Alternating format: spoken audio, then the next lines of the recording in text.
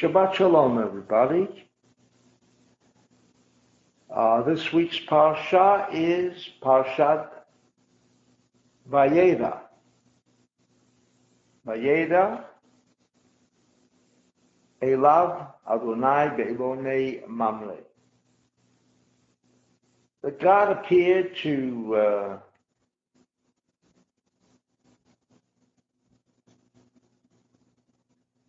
in the plains of Mamre to him. Petach bu yoshe petach oil tachom hayom. And Abraham is sitting at the entrance as the heat of the day. This is the literal translation. And then it goes on to tell the story about three people who came to visit him, and Abraham indicating the kindness that he, as the chariot of Hesed, right column, indicated. He was anxiously awaiting guests so that he could provide his hospitality for them in every which way. Eshel, as it is known, Achila, Shtiya, and Lina, which means he would give them food and drink and even a place to spend the night. And it says, and God appeared to him, and then he sees these three angels. And the story goes on to say that these were three angels who were coming for a specific purpose, as we know angels are. One was to inform Abraham about his forthcoming son, when he would be 100 years old and Sarah 90 years old. Another, to heal him, to heal Abraham. And the third, to destroy the cities of Sodom and Amorah, that most evil city described in the Zohar as the most evil of people around.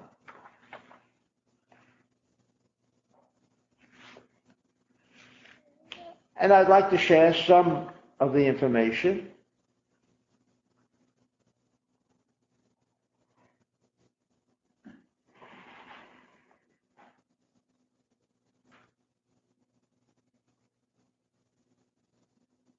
In which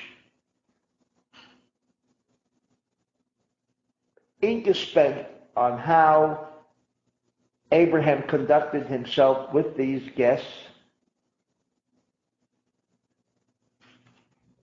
and at its very superficial level is the idea, which is not specifically stated, but that commentary gleans from this incident. Of course, it couldn't be just an incident. Three angels came to visit, and their purposes were, as I've just outlined, but rather, says the Zohar, while it is true these angels appeared as mortals, but nevertheless, these three angels represented energies. The one that came to heal was central column energy, the angel known as Raphael, which means to heal. The second, and that was to heal Abraham from his circumcisions, which had taken place 3 days before. And one, as I said before, and that is Michael, the angel of right column, who is there constantly to share with us good fortune about to come, and of course Gabriel. In other words, these three, while they were angels, meaning what? Meaning these are chariots that have very specific functions, and that this was their purpose in coming into this physical reality and carry forth their particular assignments. What does that mean for us? What is indicated here when it says God appeared before him? And but what does that have to do with the story of the angels?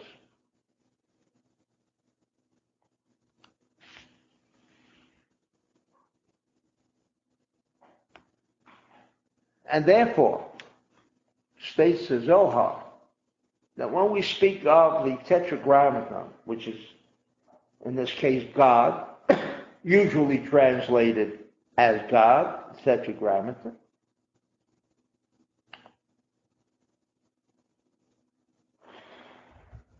that in order to connect with God, which means what?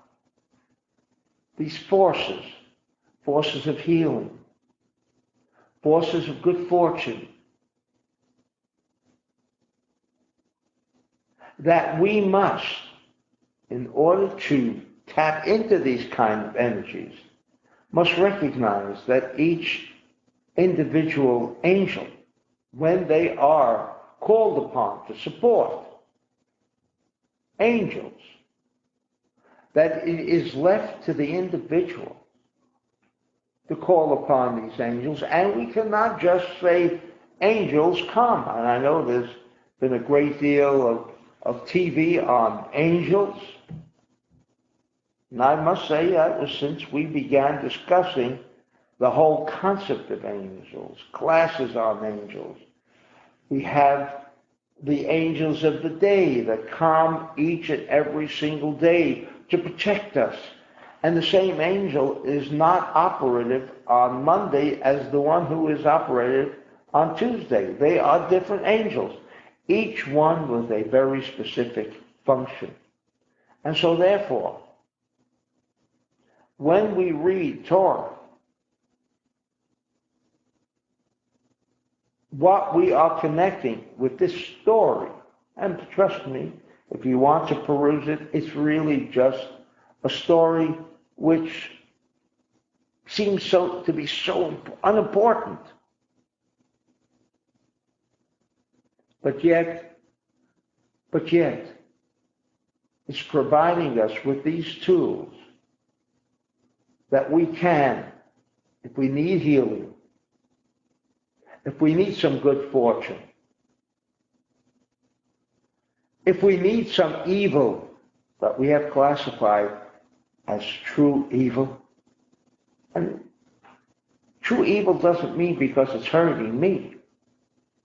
Maybe I'm deserving of something that comes in the way of punishment, rather than to say God deems it proper to punish me, for it is never God that punishes, but rather our actions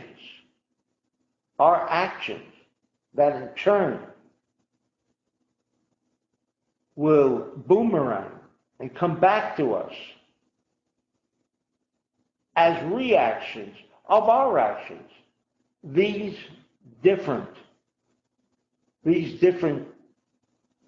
classes of evil, these different classes of pain and suffering that we see around us, bear in mind that the way the system operates is that these angels then pick up and act as channels for the activity, the actions of man, and thus carry it back with the required result of what these actions entail. And if we acted unkindly or we act in a way that hurts people, so on, be prepared that one day, not today, maybe not next year, maybe these angels might wait 30 years before they return with that little packet of evil energy that we ourselves created.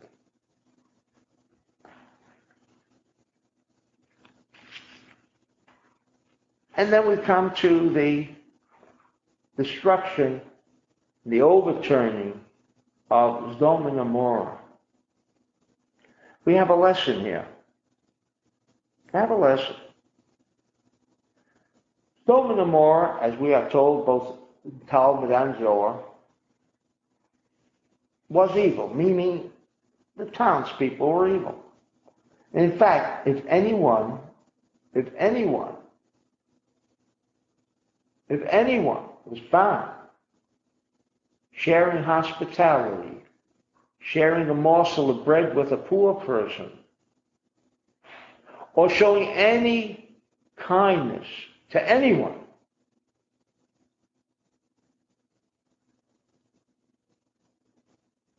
the judgment for that kind of behavior was instant death.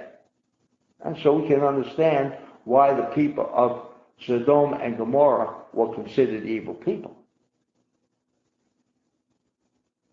And so these two angels come. One came to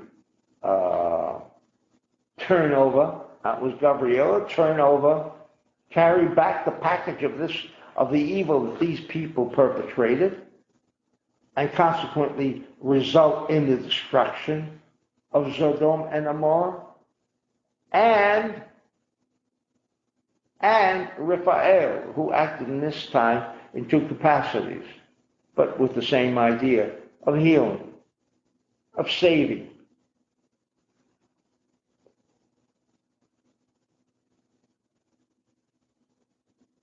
And these two people come to Lot and ask if they can have a place to spend the night, hospitality.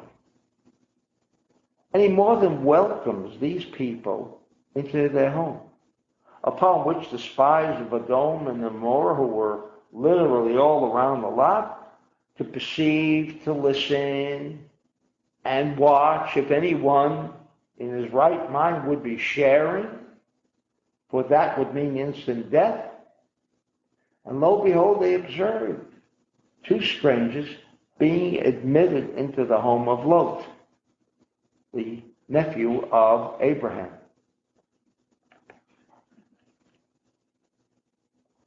Now, make this story a little stranger. The day before, Lot's daughter, who like her father was a kind individual, shared a piece of morsel with a man who was starving, hungry, and she was caught.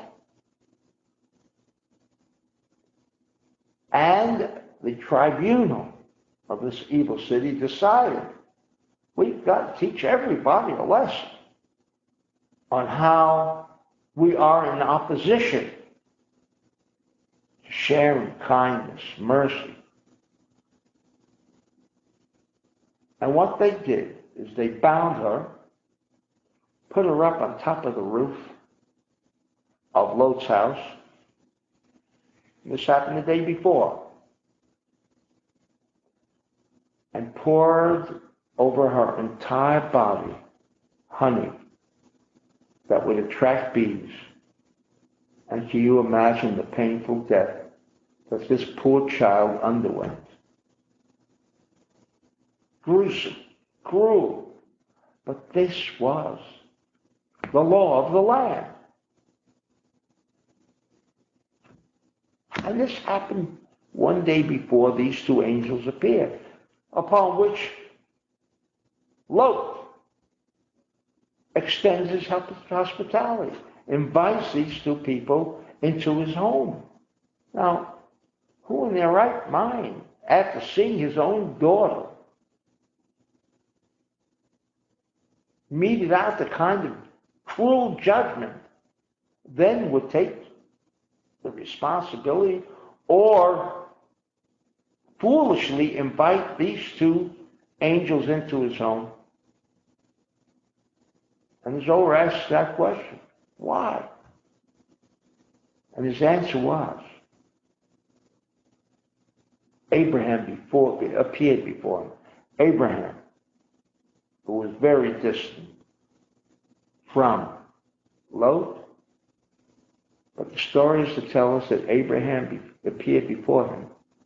And here we have the first instant of physical teleportation. That beam me up Scotty idea that we know shortly will disappear. The idea of time, space, and motion. The idea of separation and so on. The idea that quantum, like we should and can be in all places at the same time. And I won't go into that, but science has readily agreed to that theoretical concept of teleportation. So here we see the first instance of an actual experience of teleportation by Abraham. And so he was there and said, Lot, you know me well, and I say, invite these two people in, because these two people are here to save you from imminent destruction, and only under that condition could Lot, and did he, agree to request these two individuals to enter their homes. Because other than that, the story makes no sense. Then we come to a third instance. Of course, we had the experience of Sarah, that she gave birth at age 90, the miracle. But to us today, a woman aged 90, again, being rejuvenated with her female organs and giving birth, should not come as a surprise. Maybe before the whole idea of DNA became an awareness that the DNA of an individual doesn't disappear as long as this individual is physically alive. And so why not? So what if she had already lost her female organ? Or for that matter, we know that she was childless, meaning she could not bear children, for she did not have those reproductive organs to begin with. But a miracle happened. Each person is born complete. But for prior lifetimes, or for the purpose of Torah to show us that miracles can happen, they need not be. There need not be, I should say rather. There need not be any form of chaos, is what Torah is trying to teach us. And goes beyond the idea that was it in her DNA or was it not. Mind over matter. And consequently, the reproduction of physical organs by the mind should not be something that should surprise us. I'm just throwing this out to you very briefly to give you this idea that we are drawing very close to the theoretical concept of mind over matter, and that in our day, in our time, and hopefully this year, we shall experience and shall with our own naked eyes witness the idea of mind over matter. And in this section, Torah then goes on to explain and state that after 37 years of Isaac's birth, and Abraham now 137, God comes to Abraham and says, I want you to sacrifice your only son from Sarah as a sacrifice unto me. And Abraham does this so willingly.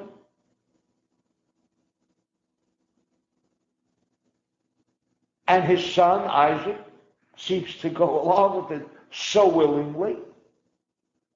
And as Zohar will tell us, they then embarked on a trip to the Temple Mount, which would ultimately, in some future date, be where the temple would be located.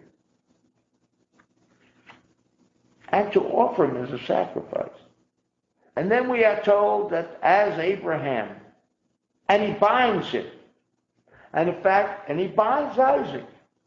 You know, like you have to bind an animal for sacrifices. He binds him. He is told to bind him.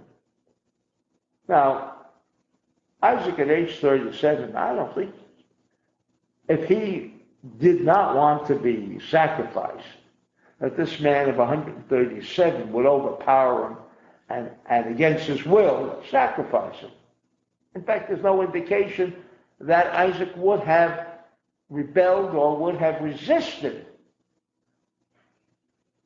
his role as being a sacrificial lamb. That makes sense.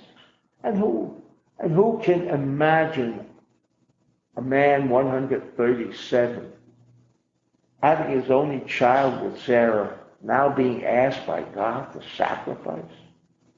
All in the name of God. You know how many misreadings can come of this kind of a story? And why did he have to be bound? So in brief, I would just merely like to say what has been said for over 80 years in the center. That we are, yes, that little beacon of light in the ocean. That one day will bear its fruit against all of the adversities that for 80 years the center has been faced with, man-made, unfortunately. But the lesson that we are to learn from this week's reading, and hopefully that we can elevate our consciousness by listening to this reading, the greatest lesson of all medicine: you can never cut away disease, illness, for it will not disappear. It must be bound up. It must be converted, transmuted into a positive energy. For as long as we do not convert negativity into one of a positive nature, merely by cutting it out, it will be replaced by that very same evil energy force that we thought we were removing by the act of operation and so on. And I know there are many questions in your minds now. Does that mean we should oppose operation? I'm not saying any of those things. I'm merely saying that the ultimate in medicine will be